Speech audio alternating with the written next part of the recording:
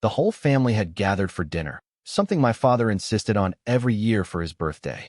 He was turning 72, and even though I hadn't spoken to my brother Logan or my ex-wife Amanda in 4 years, I still showed up. Out of respect for Dad. Big mistake. The moment Logan walked through the door, smug as ever, wearing that stupid designer jacket and fake humility, I felt my jaw clench. And right behind him, Amanda. Tight dress, loud heels, fake laugh. My ex-wife. My brother's girlfriend. The two people who blew my world apart like it was a sandcastle. Still single? LOL. Logan smirked, grabbing a beer from the fridge like he owned the place. I was still holding Dad's gift, wrapped carefully in blue paper. My fingers tightened around it. Amanda didn't even look at me when she said, "Hey, ugly." Still the same. Her voice hadn't changed, still that sarcastic sweetness dipped in venom. The kind that once made me fall in love with her. Now it made my stomach churn. Everyone at the table froze for a second. Mom tried to smile, bless her soul. Dad just poured himself a whiskey. I sat down across from them, directly across. I wanted them to look at me, to see what they did. Logan and Amanda laughed, whispered, giggled. The whole dinner was a circus of passive aggression, fake stories, and inside jokes they thought I wouldn't catch. But I caught everything. And then, right as Amanda reached for another glass of wine, my dad slammed his palm on the table. Silverware jumped. The room froze. "Good timing," he said, standing up slowly. "I have something important to tell you." You ever hear silence so deep it's like the earth stopped spinning? Logan looked up with half a laugh. "What is it, Dad? You finally leaving Mom for your nurse?" Amanda rolled her eyes. "Unless he's giving us money, can we skip the drama?" But Dad didn't smile. He pulled a folded letter from his pocket, shaking slightly, and placed it on the table. "Logan," he said, looking him dead in the eye. "You're not my son." Amanda laughed out loud, until she looked at his face. Then she stopped. "What?" Logan muttered. My heartbeat felt like a war drum. My eyes jumped between them. Dad nodded slowly. "You're not biologically mine. Your mother, she had an affair. I found out a year after you were born, but decided to raise you as my own. But now, after what you've done to your brother," he pointed at me, "you don't deserve my name. Or this family." You could taste the tension in the air. Amanda went pale first. Then Logan. His hands dropped from the table like someone cut his strings. Wait. What the F*** is this?" Logan said, voice shaking. "You're just saying this to..." Dad slid the DNA test across the table. "No, I'm proving it." The room shattered into chaos. Amanda stood up, shaking, screaming at no one. Logan grabbed the paper and stared at it like it would rewrite itself. I just sat there, smiling, quiet, because 4 years ago, they stabbed me in the back. They destroyed our marriage, mocked me, called it meant to be. She moved out the same day she confessed, with Logan's hand already on the steering wheel of their escape. I lost my house, my dignity, and half my family that day. But now I watched the blood drain from their faces like a twisted kind of justice. Amanda leaned in toward Logan, whispering frantically. Then she looked up at me. "What the hell are you smiling at?" she snapped. I stood slowly, leaned over the table, and whispered just loud enough for everyone to hear. "Because karma doesn't need help. It just needs time." I walked out before the shouting started again. That was the moment I knew everything had changed. But that wasn't the beginning. No, that dinner just brought everything to the surface. The real story? It started 4 years ago, when I first saw the signs. And yeah, she was lying to my face the whole time. For years before that dinner from hell, my life was picture perfect. Or at least that's what I kept telling myself. Amanda and I had been married for 6 years. She was wild, unpredictable, always 2 drinks away from saying something she'd regret, and I loved her for it. I thought I was the grounded one, the calm to her storm. Turns out, I was just the idiot who didn't see the lightning coming. The first clue wasn't dramatic. It was subtle, almost stupid. She changed her perfume. She'd been wearing the same vanilla musk since our second date, but suddenly, it was something new, sharper, stronger, a scent I didn't recognize, and that she brushed off with a laugh. "Oh, I ran out. Logan's girlfriend had this one. I just borrowed it for now." Logan's girlfriend. Right. That was before I knew they were already sharing more than perfume. Then came the phone habits. She started turning her phone face down. Always on silent. Always locked. I asked once, and she smiled like I was being insecure. "Babe, please. It's work." My new manager's a control freak. If I don't answer quick, she freaks out.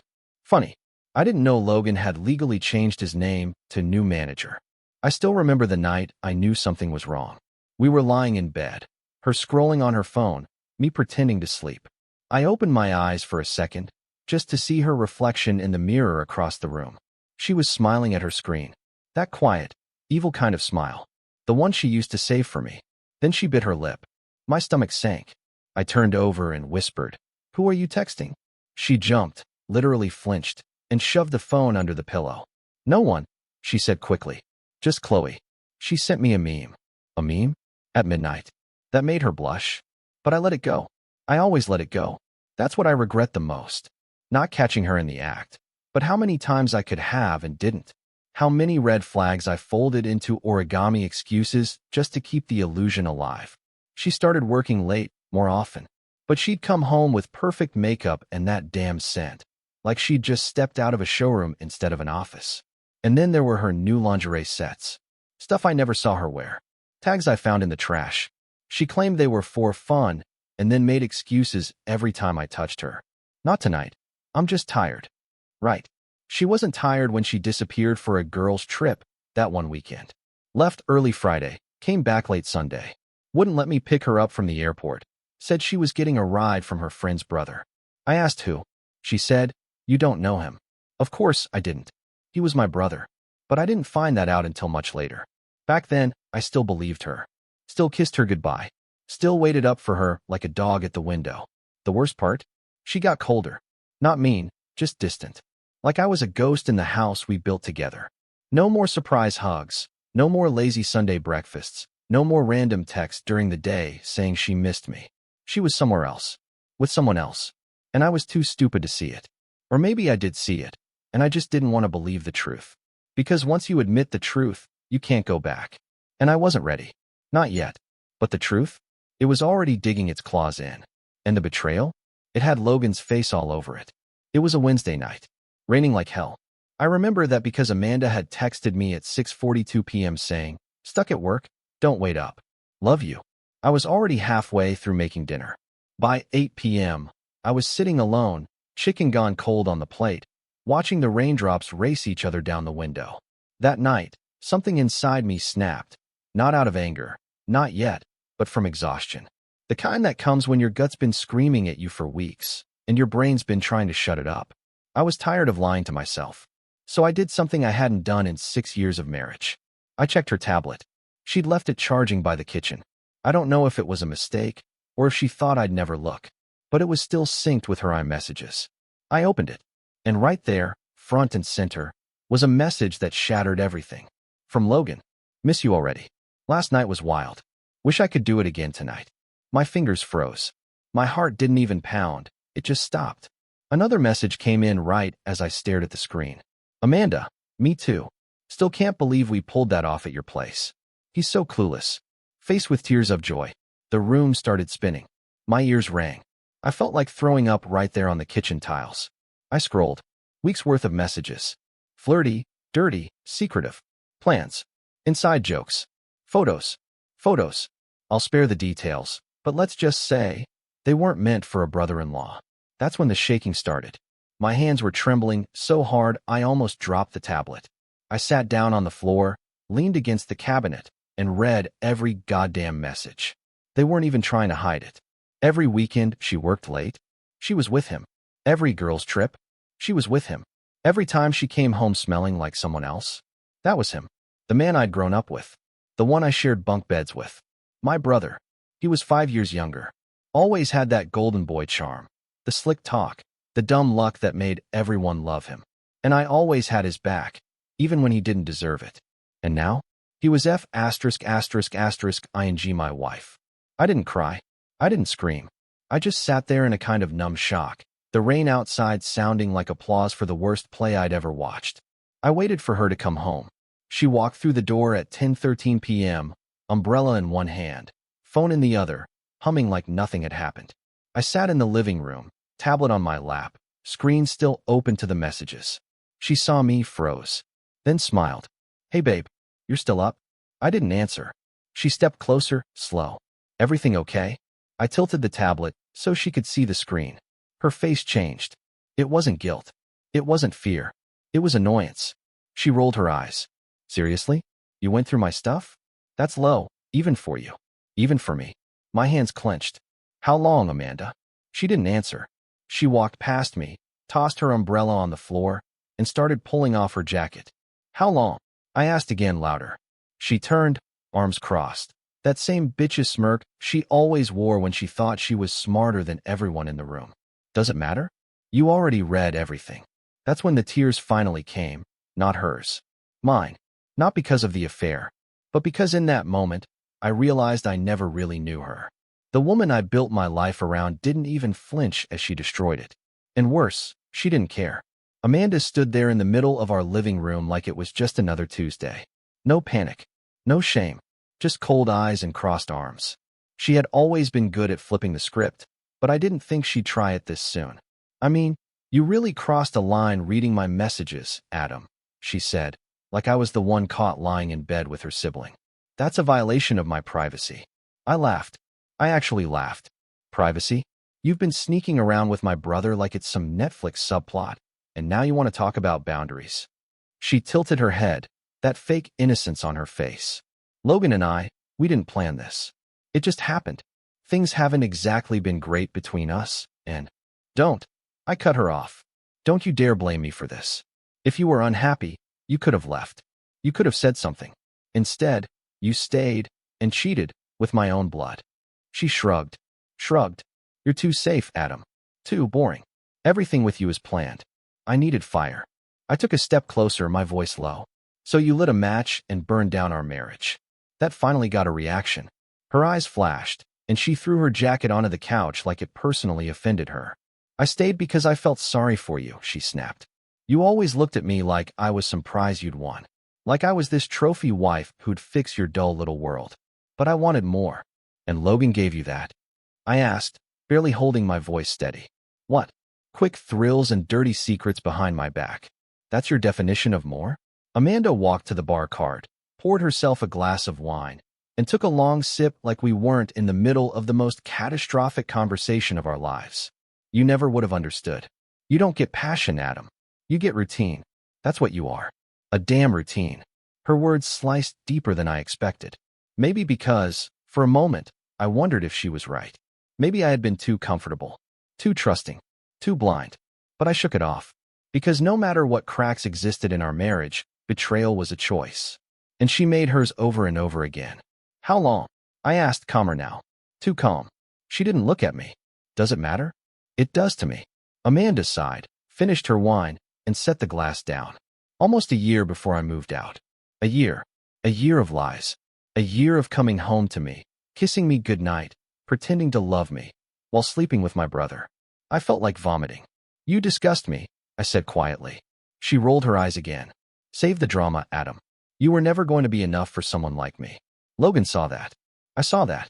Eventually, you would have seen it too. That broke something in me. But I didn't yell. I didn't throw anything. I walked over to the mantel, took down the photo of our wedding day, stared at the smile I once believed was real, and then dropped it face down. Glass cracked. Amanda didn't flinch. I looked at her one last time. You can go, I said. What? I said get out. Pack your crap. You're done here. She stared, waiting for me to beg, to plead, to fall apart. But I didn't. Because in that moment, I realized the woman I loved no longer existed, if she ever did at all. Amanda grabbed her purse, phone, and heels, and headed for the door without a single word. No apology. No goodbye. Just silence. But the real explosion? That came later, when Logan made his move. It took Logan 3 days to show up. 3 days of silence. No call, no text, not even a cowardly apology. I guess he thought Amanda would do his dirty work for him, like she always did. But on that third day, I opened my front door, and there he was, smiling, like nothing had happened. He had that same smug, golden boy grin that used to charm teachers, bail him out of speeding tickets, and get girls to fall all over him, including my wife. Hey, bro, he said like we were meeting for coffee. Mind if we talk? I stared at him, completely still. My jaw was locked so tight I thought it might snap. I wanted to hit him. Not punch, ruin. But I stepped aside. He walked in like it was his house. So, he started, plopping down on the same couch Amanda once pretended to love me on. I guess you know everything now. I didn't answer. I just sat across from him and waited. He leaned forward, elbows on his knees, that fake serious look on his face. Look, man, I didn't mean for it to go down this way. It just happened. God, where had I heard that before? You slept with my wife? I said, my voice low, dead calm. For over a year. He nodded. Yeah, I know. But you and Amanda were falling apart, man. She was miserable. You were always working, always tired. You just slid in? I interrupted. Like some backup quarterback waiting for an injury. He had the audacity to laugh. Not how I'd put it, but yeah. That was when I realized he didn't come to apologize. He came to justify. Logan never believed he did anything wrong. He never had to. Growing up, I was the fixer, the shield, the peacemaker. He was the golden child. Every screw-up forgiven, every betrayal overlooked. But this wasn't just a mistake. You had everything, I said quietly. And you still wanted what was mine. He shrugged. It's not like you owned her. She chose me, man. My hands were shaking. I clenched them into fists until my knuckles turned white. She was my wife. And now she's not, he snapped, standing up. Look, I'm not here to fight. I just thought we could be men about this. Move on. I stood too, chest to chest. You want me to be a man? Then take responsibility like one. Say it out loud. Tell me you ed your brother's wife, and you don't regret it. He stared at me. No blink. No guilt. I don't regret it, he said, like a dare. And that was it. I swung. My fist landed square in his mouth, knocking him back onto the coffee table, which cracked beneath him. He scrambled up, blood running from his lip, eyes wide, not with fear, but rage. You're crazy, he shouted. No, I said, breathing heavy, fists clenched. I'm done letting you walk over me. He stumbled toward the door, wiping his mouth. You just made things worse for yourself, man. Amanda and I, this is real. Then good luck, I said. Because she'll ruin you too. He paused at the door. We're getting married. I laughed in his face. A real, bitter, broken laugh. Perfect. Two snakes under the same rock. Then I slammed the door in his face. That night, I didn't sleep. I sat in the dark, staring at nothing, wondering how my own brother could gut me without blinking. But the thing about betrayal? It doesn't end when they leave. It echoes. In your chest. Your head. Every damn corner of your life. And I knew the worst wasn't over. Because I hadn't even talked to Dad yet. I didn't plan to tell my parents anything. Not yet. After the Amanda Logan mess exploded, I just wanted to disappear for a while. Be a ghost. But the universe had other plans. Mom called on a Sunday morning, voice chipper like usual. We're doing a dinner for your dad's birthday next weekend. Don't even try to wiggle out of it, Adam. He wants everyone there. Everyone. Meaning Logan. Meaning Amanda. I almost said no. I should have. But something told me go. Maybe it was stubbornness. Maybe I just wanted to see them squirm in front of the family. Either way, I agreed. The night of the dinner, I showed up in silence. Gift in hand. Mask on my face. Logan was already there, acting like a damn celebrity, talking loud, laughing louder. Amanda sat beside him, legs crossed, her smile just a little too wide. She didn't even look at me. Until Logan did. Still single? LOL, he said, that grin curling on his lips like he couldn't wait to get punched again. I didn't react. I wanted to, but I didn't. Then Amanda, with her voice dipped in venom, added, Hey, ugly. Still the same. My mother gasped under her breath. Someone dropped a fork. And right then, Dad stood. He didn't raise his voice. Didn't pound the table. Just stood with this quiet, eerie calm. Good timing, he said, pulling a folded envelope from his jacket. I have something important to tell you. Logan laughed, confused. What? You finally getting a motorcycle or something? Amanda sipped her wine. Unless it's a check, can we not drag this out? But Dad didn't smile. He placed the envelope flat on the table and looked Logan in the eyes. You're not my son. Silence fell like a thunderclap. Logan blinked. What? I'm not your biological father, Dad repeated. Your mother had an affair. I found out after you were born, but I decided to raise you as my own. Because I loved you. Because I believed you were worth it. But after what you did to Adam, he nodded at me. You've lost that right. Amanda's wine glass tilted slightly in her hand. Is this a joke? Logan scoffed. You're seriously doing this here? Now. Dad slid the DNA results across the table. It's not a joke. I had the test done when things didn't add up. I kept it buried all these years. But now you need to know what betrayal looks like from the other side. Amanda was pale. Logan was frozen. I just sat there, watching the world flip upside down. You're saying I'm not your son? Logan's voice cracked. You never were, Dad said coldly. And now, you're not even family. Logan stood abruptly, knocking over his chair. You think this changes anything? I don't need your name. I have Amanda. We're happy. Dad tilted his head. Are you? Amanda glanced at Logan, then quickly back at her wine glass. You're a coward, Logan hissed. A bitter old man trying to stir drama. But his voice shook. His hands trembled. Because deep down, he knew this wasn't a lie. It was the truth he'd never seen coming. Logan stormed out. Amanda followed, heels clicking on hardwood like the final beat of a slow funeral march. The room was dead quiet. Mom sobbed softly. Dad sat down like his bones finally gave in. I was still in shock. Not because Logan wasn't blood, but because betrayal had come full circle. He took my wife. And life took his identity. Call it karma. Call it fate. But it felt like balance. And that was the moment I knew. I hadn't lost everything. I'd just lost the people I never really had. The house was quiet after the storm. The day after Dad's revelation, I woke up to a dozen missed calls. 2 from Mom, 1 from Amanda, which I didn't even open, and the rest from Logan. I didn't answer any of them. For the first time in months, hell, maybe years, I wasn't filled with rage or confusion. I just felt still, like I was standing in the center of a wreckage, surrounded by the ruins of everything I used to believe in. But I wasn't broken anymore. That was the difference. I sat on my porch with coffee in one hand and a photo in the other. It was from our wedding, Amanda in white, me smiling like an idiot, Logan standing beside me as my best man. I stared at that image for a long time, trying to understand how something that looked so perfect could be built on lies. Then I tore it in half. I didn't do it in anger. I did it in peace. Because I finally realized I'd been holding on to memories like they were proof of who I was. But they weren't. They were just snapshots of a person I didn't recognize anymore. Later that day, Logan showed up again. I saw his car pull into the driveway, engine still running like he was planning to bolt if I didn't come out. He didn't ring the bell, just stood by the car, waiting. I opened the door and stepped out onto the porch. He looked like he hadn't slept. Face pale, eyes bloodshot. I just wanted to talk, he said, voice low. I leaned against the railing. We've done enough talking. Logan took a shaky breath.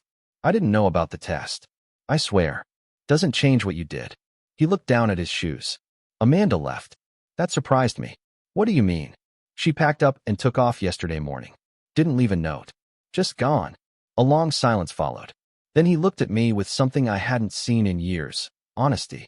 Or maybe just exhaustion. I thought she was different, he muttered. I thought what we had was real. I shook my head. She's not built for real. She's built for chaos. He laughed, bitter and broken. Guess you were right.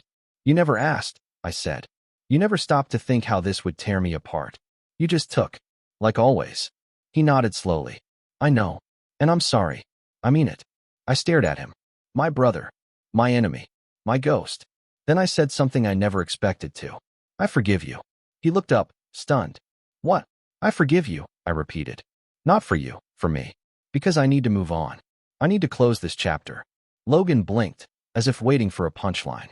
But we're done, I added. You and me? We're not brothers anymore. We're just 2 people who used to be family. He didn't fight it. He just nodded, turned around, and walked back to his car. He never looked back. That night, I made a decision. I booked a solo trip. Somewhere quiet. Somewhere far. Not to escape, but to rebuild. Because when your world burns down, you don't look for pieces in the ash. You build something new. And you build it better. I went away for 2 weeks. Left the city, left the noise, left the wreckage behind. Found a small cabin near Lake Placid. Just trees, water, silence, and my own thoughts echoing off the walls. It was exactly what I needed. Every morning I woke up at dawn and went for long walks through the woods. I didn't take my phone. I didn't check emails. I didn't want connection. I wanted clarity. And slowly, the fog that Amanda and Logan had left behind began to lift. The first few days were hard. The silence was deafening. My mind kept dragging me back to the lies, the moments I should have noticed, the times I let things slide because I didn't want to face the truth. But then something shifted. Around day 5, I woke up and realized I hadn't thought of her at all the night before. That's when healing begins, not when the pain stops, but when it stops owning you. I started writing in an old notebook I found in the cabin drawer. Not poetry, not anything fancy, just thoughts. Pieces of clarity. Warnings, maybe. To myself. Or maybe to the next guy who thinks love is enough to keep someone loyal. Here's what I wrote. 1. Trust your gut. If something feels wrong, it probably is. Love should bring peace, not paranoia. The moment you start questioning her stories, her schedule, her glances at her phone, pay attention. 2. Loyalty isn't measured by words. It's measured by what people do when you're not looking. Amanda was always good with words. She said all the right things, even while doing all the wrong ones. Actions matter more. They always do. 3. Don't stay just because you remember how it used to be. That version of her, it died the moment she chose him. The past is a ghost, and no matter how hard you chase it, it won't come back. 4. Some betrayals are survivable, but not forgettable. I'm not bitter, but I'll never be the same man I was before Amanda and Logan. That version of me died with the truth. And that's okay. He needed to. 5. You owe them nothing. Not closure, not kindness, not access. Forgiveness doesn't mean letting them back in. It just means you're not letting the poison kill you. Let them drink their own. On my last day at the cabin, I sat by the lake and watched the sun dip behind the trees. It was quiet, beautifully quiet. And I thought about the next chapter. About building a life where betrayal has no seat at the table. Where I protect my peace with the same intensity one once used to protect people who never deserved it. When I returned home, I didn't bring the old photo albums back out. I didn't replay old memories. I didn't check Amanda's socials or wonder where Logan had landed after his world crumbled. I didn't care. They were gone. And I was free. If I could say one thing to the man I used to be, the one sitting in the kitchen reading those texts, the one who felt the world collapsing, I'd tell him this. You'll survive. You'll bleed, sure. You'll scream into pillows and curse the sky. But you'll come out cleaner, stronger, smarter. And you'll never, never fall for a pretty lie again. Because the truth? The people who betray you aren't stronger. They're just weaker in disguise. And once you see that, they lose all their power. Forever.